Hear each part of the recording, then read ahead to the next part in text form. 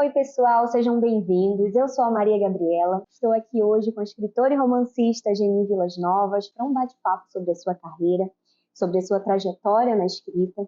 Geni, muito obrigada por nos receber aqui na sua casa. É um prazer enorme estar aqui nesse momento. E nós estamos aqui hoje para bater um papo, conversar um pouquinho sobre a sua história, sobre a sua carreira, a sua trajetória e o seu escrever, que é tão bonito, tão delicado, tão convidativo. Obrigada.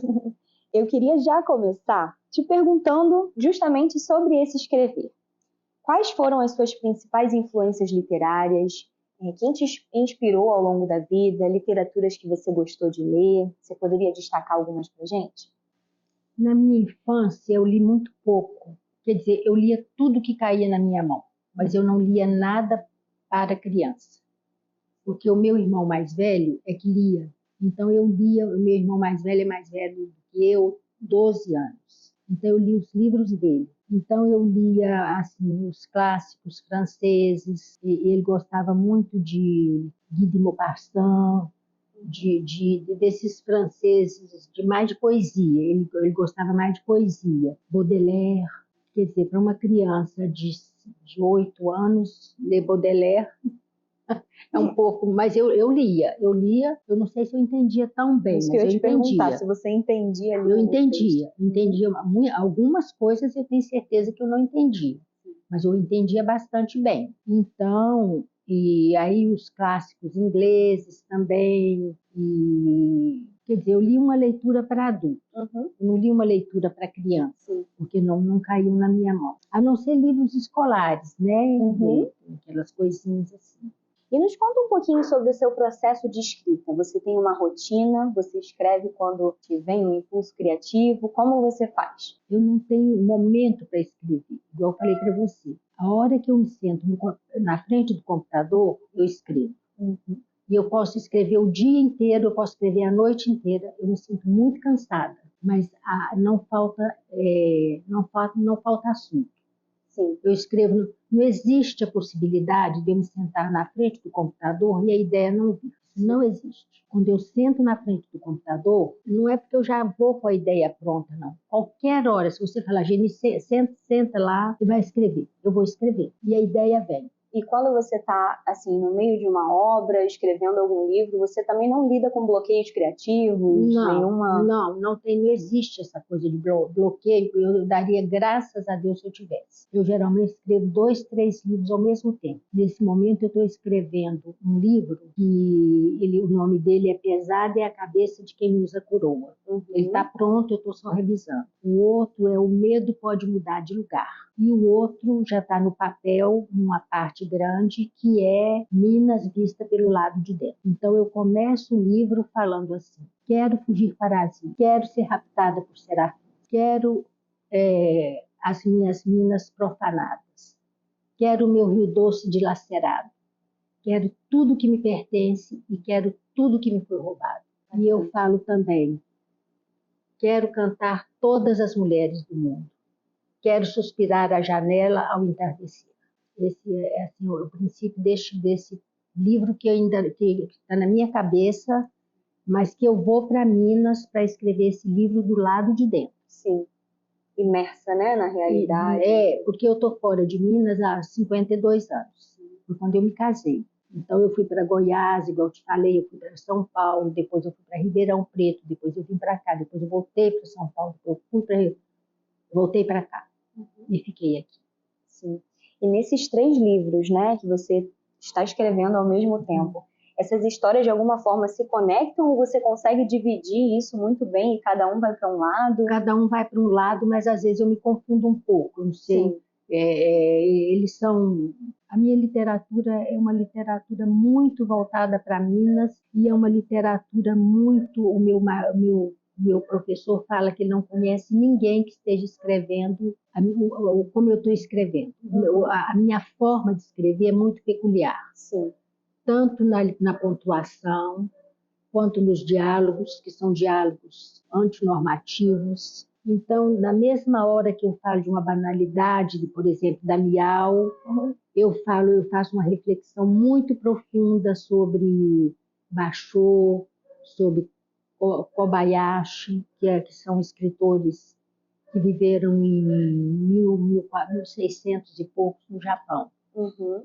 Então, são compositores de haikais. E o Kobayashi, o Issá, eu chamo mais de Issá, ele tem muito a ver comigo, porque ele era filho de fazendeiros também.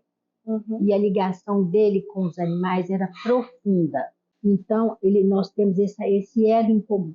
Sim, porque a minha ligação com os animais também é profunda. Então, eu e o Issá temos esse mesmo olhar, mas eu falo, o Issá, ele chega ao ponto de chamar, por exemplo, senhor pardal. Nunca me ocorreu chamar nenhuma ave de senhor ou de senhora. Uhum. E ele chegava a esse requinte.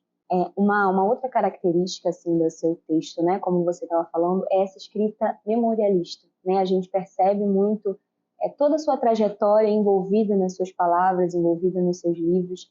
Isso é muito bonito, né? Conta um pouquinho para a gente sobre essa trajetória que te trouxe até aqui. A gente queria saber quem foi a Geni na infância, como era a Geni na infância. A minha infância foi uma infância assim idílica, uma infância de sonho. Porque é uma criança que cresce num sítio, numa fazenda. E na minha época tinha a minha região eram matas fechadas. Uhum. Então tem até um momento de um livro meu que eu falo que eu sou filha da solidão da selva. E o meu professor falou que ele não entendeu direito. Que ele achou bonita a frase, mas ele não entendeu direito. É porque eu era quase uma indiazinha. Uhum. Eu nasci no meio de uma mata fechada. Não tinha estrada, não passava carro de boi. Então eu morava na selva, na floresta. Então eu falo que a floresta amazônica me traz a parte mais dolorosa da minha infância, que foi derrubada dessas matas. Foi derrubada dessas matas. Mas depois de um segundo momento, eu já era maiorzinha que eu tinha 7 anos, assim, já eram pastagens. Uhum. E nessas pastagens, eu e a minha irmã, que é o Peixinho Dourado, nós rodávamos o sítio inteiro, nós íamos no alto da colina, no alto dos morros, nós conhecíamos um por um os ninhos dos pássaros. Nós não tocávamos, mas nós sabíamos que eles estavam lá. E eles nos deixavam muito irritados, porque quando eles eram bebezinhos, eles aceitavam o nosso carinho, era ótimo. E depois que eles ficavam grandes, eles assumiam a mesma atitude dos pais. Uhum. E nós ficávamos irritadas com aquilo. Sim. Se ela estiver amolando, põe ela para fora. Não, de modo algum. Aproveito para apresentar essa aqui, a Miau, né, Geni? A Miau é um personagem muito importante. Tá aqui na entrevista com a gente. Geni, vou te perguntar também um pouquinho sobre a sua relação com o Sítio de Cima, que também está sempre presente nas suas obras. Eu falo que a minha obra tem 3 personagens importantes. Minas Gerais, o Rio Doce e o Sítio de Cima. Toda a minha obra tem... os 3 estão lá. De alguma maneira, os 3 estão lá. Então, o Sítio de Cima, o meu professor fala que é meu futuro de desejo. Sim. O meu futuro de desejo é o Sítio de Cima. É muito bonito ler a sua narrativa e como a gente é envolvido, né, por ela. A forma com que você escreve faz a gente realmente mergulhar nas histórias e viver aquelas cenas. Isso é muito interessante. Eu trouxe aqui também sobre a sua obra O Dia em que o Mundo Mudou, né, que já tem uma escrita mais pautada no presente, do lamentável momento da pandemia que a gente viveu, né, de quarentena. Nessa obra também, apesar de não abordar esses temas, né, de falar um pouco mais sobre a realidade do momento, a sua narrativa envolve de uma forma que traz a gente para dentro da sua casa, de tudo aquilo que você estava vivendo e do que a gente também pôde acompanhar, né, nos noticiários. Isso é muito, muito marcante. E aí, ainda falando, né, sobre esse seu escrever, tive a oportunidade de ler em um original seu que os personagens da sua história costumam ser pessoas conhecidas, certo? Acho que você já até comentou sobre o seu filho, falar sobre o perigo de ir parar nos seus livros. Os meus filhos, quando eles eram pequenos, que alguma pessoa começava a me aborrecer, não é aborrecer, alguma discussão que sempre acontece, né?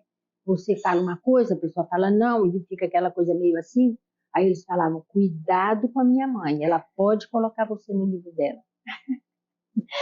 Daqui a pouquinho já tem lá um personagem novo, sempre descrevendo alguém. Isso é muito, muito bonito. Você traz também a sua família, né, para dentro dos livros como personagens. A gente olhando ali com um olhar sensível também consegue identificar eles muito presentes, né, nos seus textos, nas suas narrativas. Isso também é muito, muito bacana. Trazendo aqui, Geni, para o seu dia a dia, na sua casa, onde você costuma escrever? Tem algum cantinho especial? Não, eu escrevo na sala de televisão.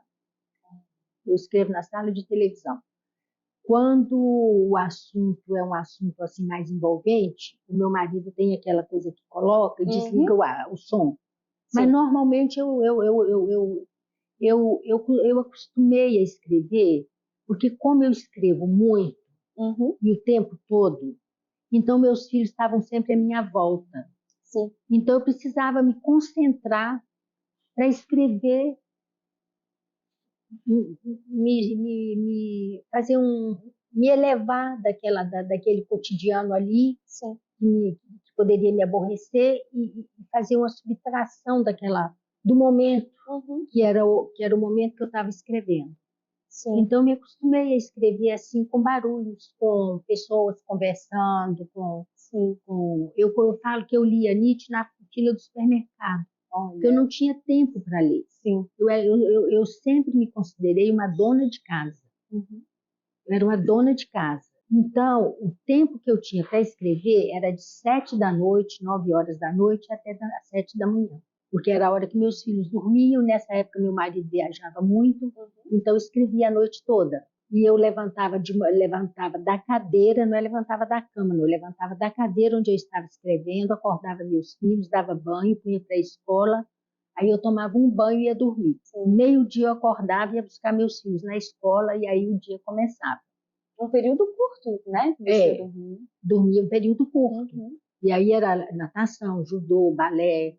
Meus filhos não deixaram de fazer nada por conta do meu trabalho. A minha literatura era completamente divorciada da minha vida de como dona de casa. E eu sou muito caprichosa e muito exigente. A minha casa é muito bem. Tudo que se eu tiver em obra e você falar, Geni, eu quero uma agulha, uma linha branca, eu te dou. E eu tô vendo, né? Você tá com algumas obras aí. Queria te perguntar, qual delas, se existe uma, você mais gostou de escrever? Saberia nos dizer? Eu acho que a trilogia que eu mais gostei de escrever foi Flores de Vidro, Onde Está Meu Coração e Fazendas Ásperas. Exatamente porque eu mergulhei num mundo completamente fantasioso, um mundo assim lúdico. Então, nestes livros, o primeiro deles, eu era a princesa Sita. Então, a Sita era a mulher do Ravana, não, do Rama. E o Ravana era o demônio. E ele roubou Sita de Ravana. Ele roubou do Rama. Então, eu era a princesa Sita. Aí eu faço uma alegoria muito grande sobre essa dualidade minha com essa princesa. É um livro muito bonito. É um livro pequenininho, muito bonito. Depois eu escrevi um outro livro, ele começa, Onde Está Meu Coração? Dentro do peito ele não está, garante o cardiologista. Ele pode estar dentro de um quadro do Van Gogh ou do Cézanne. Aí eu vou entrando nesse universo também de imagens. Depois eu escrevi este, que é o terceiro de Fazendas Ásperas. Eu falo que eu era uma rainha, porque a mãe é a rainha do lar. E eu não queria perder meu título de nobreza. Então, a minha cama era de ouro, os meus lençóis eram de prata, a minha coxa era de cristal rendilhado, e eu era uma rainha. O meu marido não era nada, porque não existe a rainha do lar, mas não existe o rei.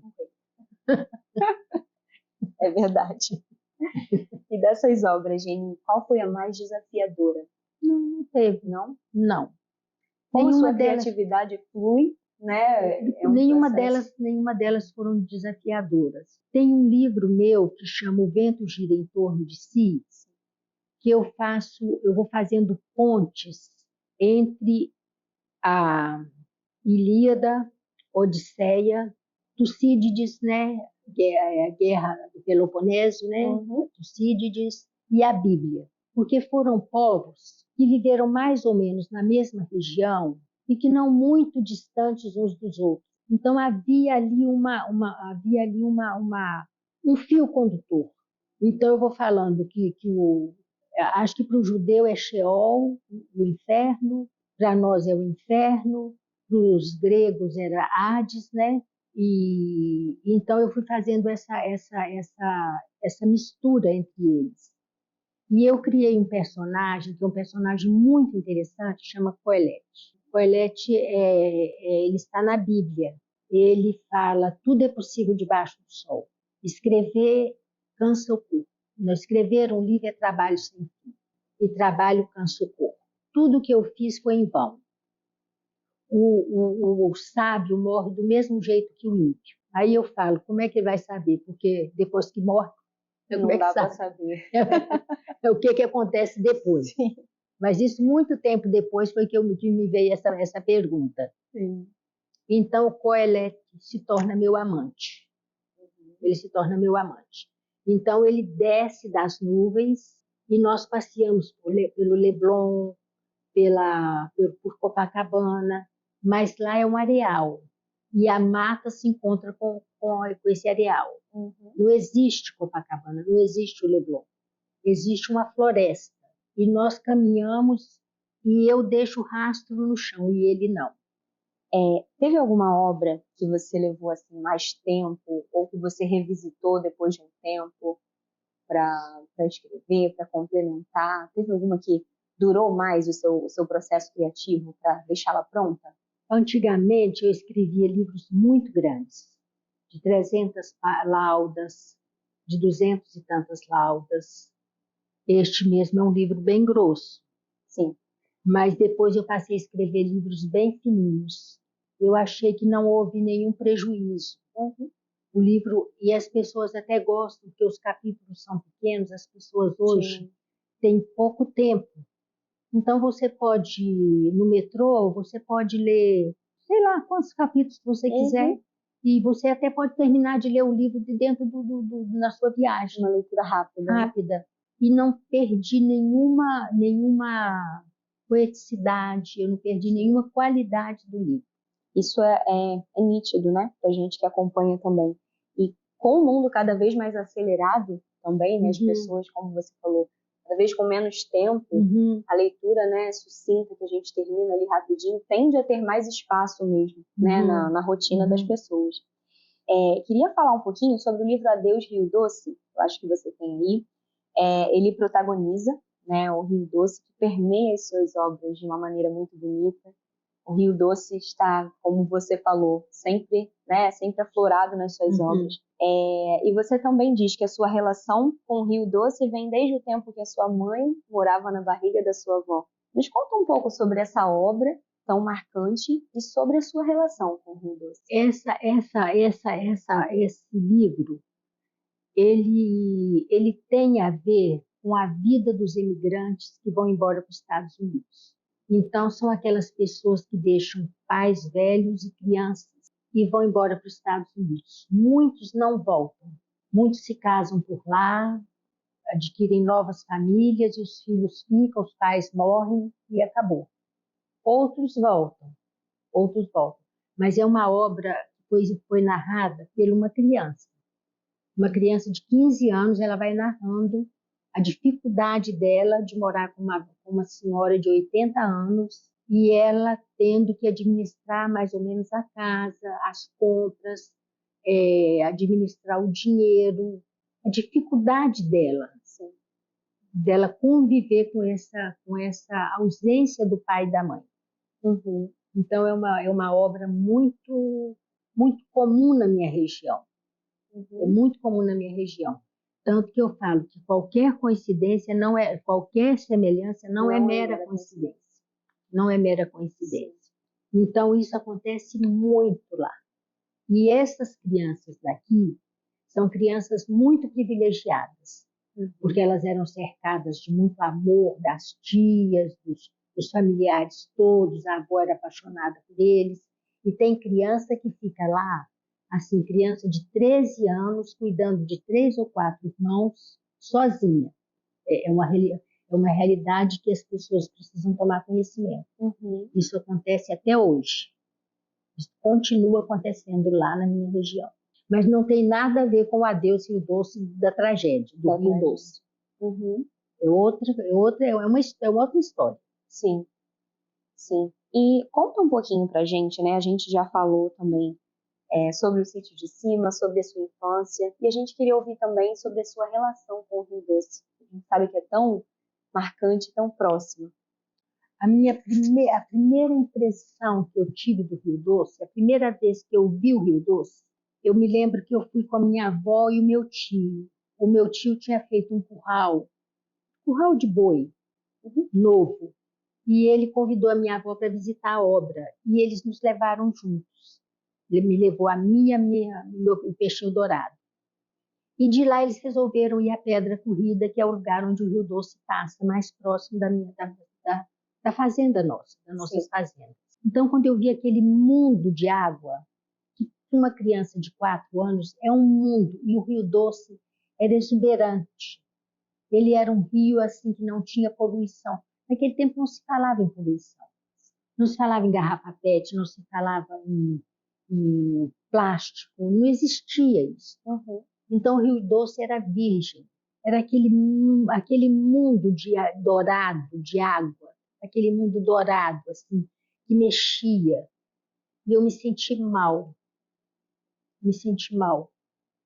E a minha irmã era muito pequenininha, mas a minha irmã sempre foi mais safa do que eu. Então eu me sentei na areia, na beira do rio. E ela viu o meu mal-estar, ela foi lá, pegou a mãozinha e passou no meu rosto a água. Mas ela viu que não surtiu efeito. E nós tínhamos levado um baldinho de Flandres para brincar com a areia, com a água, com alguma coisa assim. Então ela encheu aquele balde de água e despejou na minha cabeça. Então aquilo foi um batismo. E eu me senti bem. Aí eu fiquei bem. Me revigorou. Aí eu quis provar a água, porque eu achei que a água era doce. Como o rio era Rio Doce, eu achei que a água era doce. Docinha. E quando eu provei, eu vi que ela não era doce, eu fiquei decepcionada. Sim, criança tem a sua imaginação, né? A imaginação voa e constrói uma série de coisas que a gente acaba trazendo, né, para a nossa vida, leva para sempre essas memórias.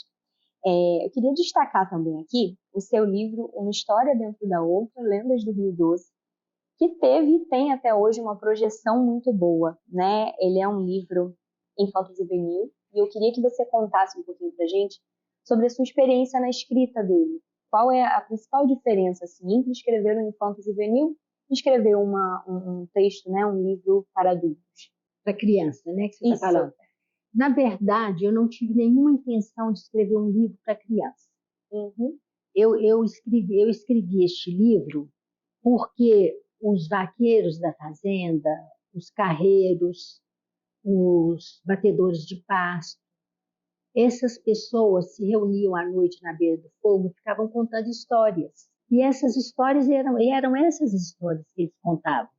Então, quando eu já tinha meus filhos eram pequenininhos, mas eu vi que esses contadores de histórias estavam desaparecendo.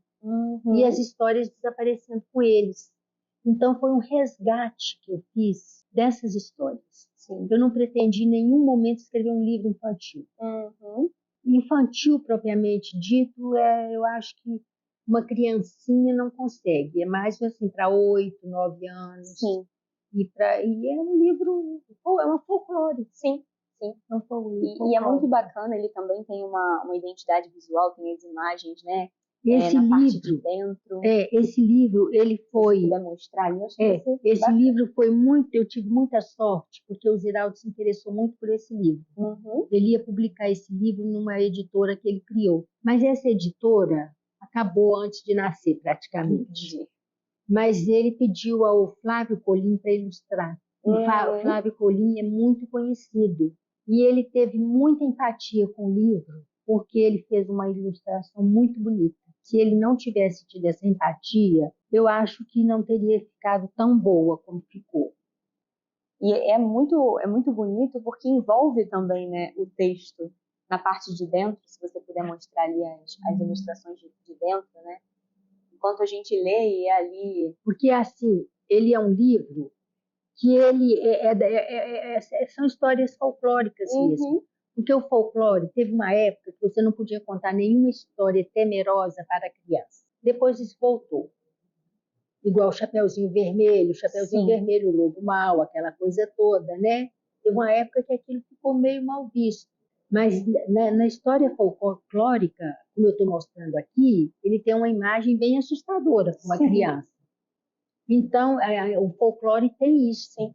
Ele não seleciona esse tipo de suavidade. Porque a criança, o avô plantou uma horta de cenoura, de não sei o quê. Não, ele conta... Tem uma história aqui que chama Zabelinha. Eu acho que essa é a história da Zabelinha. Zabelinha, na verdade, é uma corruptela. É Isabelzinha. Mas como eles falavam Zabelinha, eu preferi manter Zabelinha. Sim. Então, a Zabelinha era uma moça que desejava muito se casar. E ela tinha uma cadelinha, e a cadelinha percebeu que quem estava aparecendo para se casar com ela não era gente. Era um demônio, um bicho, uma coisa assim. Então, a história se dá assim, desse jeito. Entendi. Entendeu? Sim, o próprio teor, né, da história. Mas é uma riqueza por eternizar, de alguma forma, né, esses contos. Você falou que era um momento que já não se tinha tantos contadores de história, então é uma forma da gente... Eu até nem sei se ainda existe por lá isso. Entendi. Se isso ainda permanece, eu não sei. Mas quando eu convivia lá, isso estava acabando. Entendi. Bom, Geni, a Sete Mídias teve a oportunidade de estar aqui, né, na sua casa, no lançamento do livro O Dia em que o Mundo Mudou. Foi uma tarde muito agradável. E eu vou ler aqui um trechinho que você preparou para a gente nessa entrevista, que fala sobre o Papa concede indulgência plenária. O Papa está vestido de branco, caminha pela Praça de São Pedro. Nem o voo de um pombo, nem o zumbido de um mosquito, nem uma folha faz redemoinho no chão. A chuva fininha, cinzenta e fria o abraça. O passo é claudicante. No pé da escada, um padre vestido de preto vai ao seu encontro. Os dois sobem os degraus um a um. Na frente da igreja foi montado um altar e uma coberta de vidro os abriga. Ao lado, Jesus crucificado não saía de onde estava desde a peste negra que ocorreu na Itália, na Idade Média, e foi romanceada por Boccaccio em Decameron. Mas o Papa leu uma passagem da Bíblia que está no Novo Testamento, Evangelho de São Marcos. Jesus e os apóstolos são surpreendidos por uma tempestade no mar. Os homens assustam-se e estão amedrontados. Jesus pede calma, apazigua os ventos, as ondas e a tormenta passa. O Papa beija os pés de Cristo e sai vagarosamente. Esse é um livro muito precioso, onde a Geni fala do momento que a gente viveu, o terrível momento de pandemia, de quarentena. E aqui você conta um pouco da sua experiência, né, ao mesmo tempo que entremeia com um romance. Conta pra gente como foi a escrita e também como foi a sua vivência nesse período tão difícil de pandemia.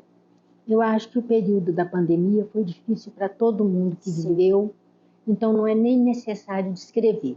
Todo mundo que viveu soube. Eu acho que o pior momento foi o momento que não pudemos enterrar os nossos mortos. Então, isso desde das tragédias, Antígona, ela praticamente se suicidou, porque ela fez questão absoluta contra a vontade do tio dela, que ficou sendo rei no lugar do pai dela, porque um irmão matou o outro. Então, Queronte achava que um deles era correto e o outro não era. E o que não era correto não podia ser sepultado. Então, ela fez questão absoluta de não deixar o irmão dela ser devorado pelas feras. E ela enterrou o irmão dela. E ela foi condenada à morte por causa disso. Então, o ritual do velório, em todas as etnias, ele é muito importante. Nas indígenas, em todas as etnias, ele é muito importante. Então, eu achei que foi um momento muito cruel da pandemia. E nós pegamos um momento muito difícil também politicamente, de negacionismo, de todos os tipos de adversidade, de remédios que não eram... Remédio ivermectina é para verme, o próprio nome já diz. Então era receitado para a Covid, que é um vírus. E assim foi sucessivamente. Então eu falo que que eu escrevi esse livro não para nós que vivemos a pandemia. Eu escrevi este livro para daqui a 10 anos, daqui a 15 anos, se ele sobreviver e alguém quiser pesquisar e saber o que aconteceu, contado por uma pessoa que viveu e não por um historiador, porque o historiador tem um ponto de vista. Ele não viveu aqui. Ele vai colhendo material e tal. Agora, o escritor, ele tem mais sensibilidade. E eu falo que eu era uma jornalista de guerra. E o jornalista de guerra carrega nas costas uma cruz. Então, eu estava carregando nas costas uma cruz, porque era narrar aquilo. Não foi fácil narrar o dia a dia, a quantidade de gente que morria, os cemitérios sendo aumentados, triplificados, covas comuns, né, que fala, cova rasa, né? Sim. São Paulo permitiu o enterro durante a noite. Isso não é permitido, isso não pode acontecer. Mas não tinha outro jeito, porque os cadáveres eram pilhas de cadáveres. Então foi uma coisa muito difícil. Então, quando as pessoas leem a indulgência plenária, eu falo que sempre que a pessoa lê alguma coisa leve sobre um mineiro, ele desconfia. Porque quando há mais de um mineiro, você já pode pensar em conspiração. Então o livro não é consciência, não é indulgência plenária. O livro é muito forte. Sim. E eu não tenho pena de ninguém. Eu vou falando tudo. Agora, dentro deste romance, desse livro, como as pessoas faziam muito live, cantores, Sim. então eu quis fazer também o meu recreio, que foi a Fazenda da Chuva. A Fazenda da Chuva é um romance de amor, né? Sim.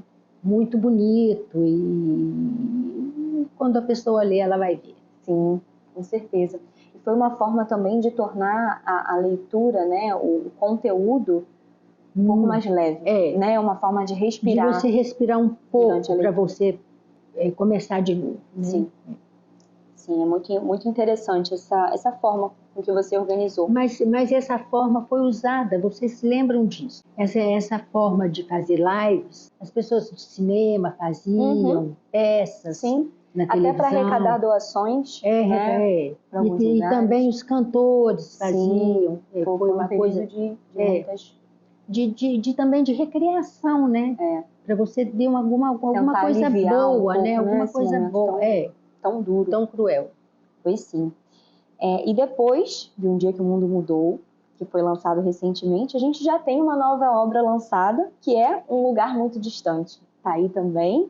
Nos conta um pouquinho sobre esse Um Lugar Muito Distante, ele foi escrito e revisado pelo Ziraldo e pelo Ivan, várias vezes. Eu escrevi esse livro de várias maneiras. Eu começava esse livro falando assim: eu sou uma mulher da roça que termina numa cerca onde começa o povoado. Então, porque você vem com a fazenda, com as fazendas, e aí você tem uma divisória, que dali para frente é o povoado. Então eu falo, eu sou das nascentes e das vertentes, das brenhas, das matas e das brenhas da beira do Rio Doce. Eu começava esse livro assim, mas aí mudou. Esse livro não começa assim mais. Esse livro começa com uma viagem que eu fiz à Espanha com meu marido. Sim. E de lá eu fui resgatando a minha infância em Minas Gerais. Você separou um trechinho pra gente também. O rapaz magrinho e eu viajamos pela Espanha. Ao longe, incrustado no fundo do penhasco, o vilarejo espanhol. Casario branco, ninhos de cegonhas na torre da igreja. O vulto robusto da anciã, envolto em chale negro, tocava cabras.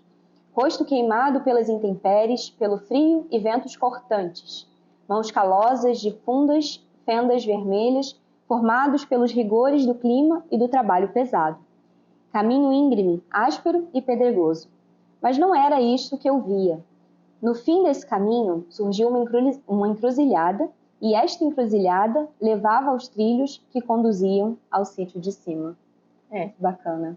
Faz essa ligação, né? Durante todo o livro eu vou fazendo essa ligação. Sim. Eu vou puxando o sítio de cima para dentro do livro através da Espanha. E esse aqui é um outro trechinho que a Geni separou, como um trechinho especial que conta um pouquinho sobre esse livro. Dizem que a noite chega mais forte em certos lugares. Era assim que ela chegava no sítio de cima. Acendíamos as lamparinas, os lampiões Aladim. Mais modernamente, os lampiões a gás. Mas se olhássemos pela janela, não enxergávamos nada. Era uma cegueira sem fim, um breu. Nada espantava o negrume. Principalmente em noites de chuva, ou quando roncavam os trovões. Um manto negro revestia o verde das serras e das várzeas salpicadas por vagalumes. Os pássaros noturnos piavam macabros, parecendo sacis, demônios ou fantasmas. Os animais domésticos adormeciam, os sapos coachavam nos baixios. Os humanos se confinavam nas casas, torturados pela escuridão. Minha irmãzinha e eu olhávamos os insetos se chocando contra os vidros dos lampiões ou se queimando nas chamas das lamparinas. Projetávamos na parede, com as sombras das nossas mãos, cabeças de coelho, de cavalos, de cães e aves voando. Quando os lampiões se apagavam, dormíamos escondidas debaixo dos cobertores, sufocadas de calor e medo de assombração. Muito bacana, Geni, como a gente já comentou, né? Como essa sua escrita convida a gente para dentro de uma cena, para dentro de uma história, para dentro da sua história, né? O que é tão bonito da Uma gente coisa ver. que eu queria fazer um parêntese é porque Lampiões Aladim era uma marca de lampião. Uhum. Antigamente tinha um lampião que chamava Lampião Aladim. Então fica parecendo que é o lampião do Aladim. É Lampião Aladim, é a marca do lampião. Era o lampião que clareava mais, ele tinha ele era complicado lidar com ele, mas ele tinha uma luz melhor. E, geralmente eles usavam pendurado, por exemplo, em cima da mesa de jantar. Ele ficava naquele lugar, ele não saía do lugar. Uhum. Eles chamavam de camisinha, era um véuzinho que eles queimavam. Sim. E aquilo ficava só a cinza. Uhum. Então qualquer coisa aquilo desfazia. Entendi. Aí ele ficava sempre quietinho. no mesmo lugar. Sim. Muito legal, Geni. Geni, quero te agradecer por sua recepção calorosa, receber a gente na sua casa aqui, é sempre muito agradável estar aqui com você, por ter nos emprestado também um pouquinho do seu tempo para essa conversa tão agradável. Quero agradecer também a você que nos assistiu até aqui. Nós esperamos que você tenha gostado desse bate-papo super leve. E se você quiser conhecer a Geni mais de perto, né, acompanhar ali as suas produções, você pode fazer isso através das redes sociais da Geni. A Geni está no Facebook, está no Instagram. No Facebook você encontra ela buscando por Geni Vilas Novas. Entre o Vilas e o Novas você coloca um hífen. E no Instagram você pode encontrar a Geni colocando @GeniVilasNovas, tudo junto. Segue lá, não deixa de acompanhar, porque tem muito conteúdo bacana. E se você quiser também conhecer um pouco mais sobre a trajetória da Geni, sobre as suas obras, quem sabe entrar em contato, fazer um convite, você pode fazer através do site dela, acessando o link genivilasnovas.com.br. Mais uma vez, agradeço a sua atenção. Obrigada mais uma vez, Geni. E a gente fica por aqui. Agradeço muito a vocês, a gentileza de se disporem, né, a vir à minha casa. E muito bom. Foi um prazer. Tchau, tchau.